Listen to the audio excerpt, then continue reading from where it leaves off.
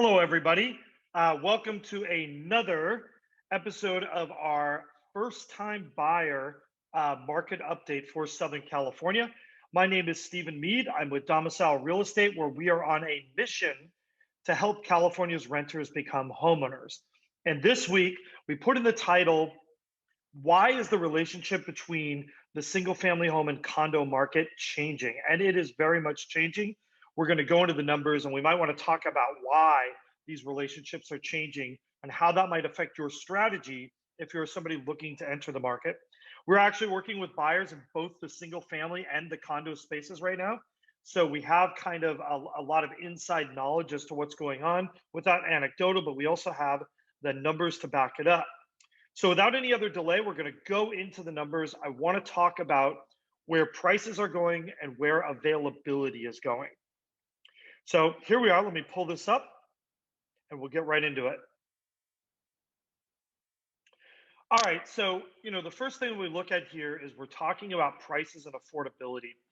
And, this is really the first graph that kind of highlights the narrative this week, which is that our condo and single family home markets are changing. Now, just as a refresher, we base our data on Los Angeles and Orange counties, and these are entry-level properties. And the way we determine entry level is instead of looking at the median, which would be at the 50 percentile level or the middle, we look at what's called the first quartile or the 25% level. And that's to sort of approximate that entry level end of the market. So we have here our blue graph, which is our entry level home. It's a 3-bedroom, 2-bath detached property. And then our entry level condo, which is a 2-bedroom, 2-bath attached property. And just as a reminder, these are closed sale prices, which means these prices are based on the numbers and the contracts that were negotiated 4 to 6 weeks ago. But look at what we have happening. We have something very unusual happening. If you look all the way through this history, you'll see that there's a lot of parity in these graphs, right? You'll see that for the most part, you kind of see these humps and these movements. They might be a little bit more exaggerated, but what we notice here is a very definite and large difference in the direction that these numbers are traveling. For our entry-level homes, you actually see that our median price has fallen a little bit, or our first quartile price, rather, our entry-level price target has fallen a little bit. Now, it hasn't fallen a huge amount. And in fact, as recently as, back in February, that would have been, it's still higher than those prices, right? But it's funny, not that it dropped because we see a decent amount of movement, but because it moved in exactly the opposite direction as our condo metric. And if you look back through here, we don't really see these markets moving in completely opposite directions, almost totally unrelated to one another, right? So that's definitely unusual. That catches my eye and it makes me think that maybe there's a shift happening. Maybe there's something going on in the market. So just to give a little bit of reference and a little bit of context here, we have sort of our payment levels. And if you look here at our payment levels, you'll notice back here in 2018, the payment for our entry-level property, and bear in mind, this is 5% down, including mortgage insurance, taxes, an HOA fee in our condo. You see back in 2018, 3 years ago, we were around $3,600. If you fast forward up to here, you see we're actually not really that much higher than we were. I think the real story this week is look at what has happened in condos relative to where we started. This is the first time ever we have recorded a condo monthly payment that is more than it was in 2018. And I think really that's definitely something, it makes my ears perk up a little bit. And I'm thinking, what's going on? Why are we seeing this big jump in the face of a drop in our single family homes? But I think what else is kind of nice to look at here is, if you're somebody who's paying $2,200, $2,300, $2,400, $2,500 a month in rent for a 2-bedroom apartment, this $2,954 is still very much within your reach. Now, if we look at our income required, this is our minimum household income required with no other debts. It assumes good credit. You'll see here on our single family home, we are at $91,500, still more than the $88,000 or mid 80s we had seen. But look where we are now in our condo. Now we've gone above $72,000. We are only, we are right about $19,000 away from each other, which is a similar relationship as before. But in the past, these have actually been farther apart. So, this kind of goes over sort of where our affordability is. I think there's some interesting things to note, but what I'm especially interested in, and really this has been the story pretty much for the last year now, is talking about availability of housing. It's not just the affordability, it's even if you can afford the payment, can you actually find a home to buy? Will you be competing against other buyers? Will the price get bid out of your price range, right? Out of what you were pre-approved for? These are all very important questions to ask, and they're kind of the answers are dictated by how busy is our market. And that's really what we try to do when we're gauging this availability of housing. So, moving on here, our 14-day absorption rate. So, absorption is basically it's a way to calculate supply versus demand and that relationship. And you've heard me use these metrics before. Anything above 80% is a strong seller's market. Anything above 90% is actually, a sort of hyper competitive market. And we see something again unique here that says something has changed, right? Only during a couple points have we ever seen the condo absorption rate be higher than the single family market or be more competitive.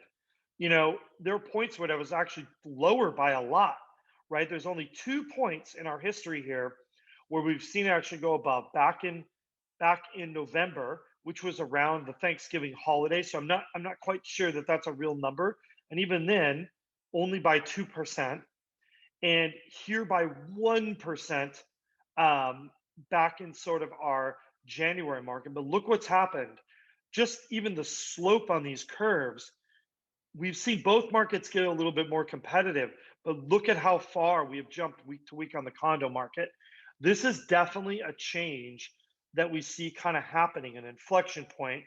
Towards the end here, I'll tell you a couple of theories I have on why this might be. I think they're pretty interesting.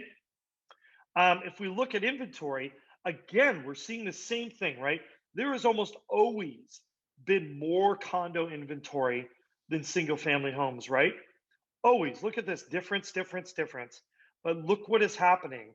Our inventory levels are almost the same. Our single family inventory has been trending up the last few weeks. But look what's been happening in our condo inventory. It's been trending down. And this week, it took a real big dive. We dropped below 1250, and we have almost met where we are on single family homes. Again, this is a sign of a market that is changing, and an important assumption or relationships are changing. If we look at our 14-day still active percent, this again is our statistic where we look at all the properties that came on the market in the last 14 days, and we said how many of those are still available. We have a very slight upward trend for our entry level home market, but boy, look what happened here with our entry level condo market. It really took a nosedive. That means that new inventory is really getting absorbed and soaked up by buyers in that condo space. Very fascinating indeed. And then our final chart here is our week supply of homes. And if you look through here, you will notice that almost always this number has been double or more for our entry level condos, meaning there's always been almost twice as many weeks of inventory or supply relative to how fast things are going in escrow. But look at where we are this week. We have a very steady number here for our entry level single family homes, 2.6. But look what happens in condos. We've hit a new low where we have just over 4 weeks of inventory. We are well below double our single family inventory. These markets are tightening for the condos in a way that the single family home market is not. What does that mean for you if you are a condo buyer? And rather, what does it mean if you're a single family home buyer? So I have two theories on why this might be happening. Theory number one, I think when 1 year ago today, we were beginning lockdowns. We were talking about work from home. Um, we Nobody knew if and when really companies were going to go back to work. I think there was really a reaction against density, meaning people that lived in apartments wanted to get into some sort of condo building that was spread out.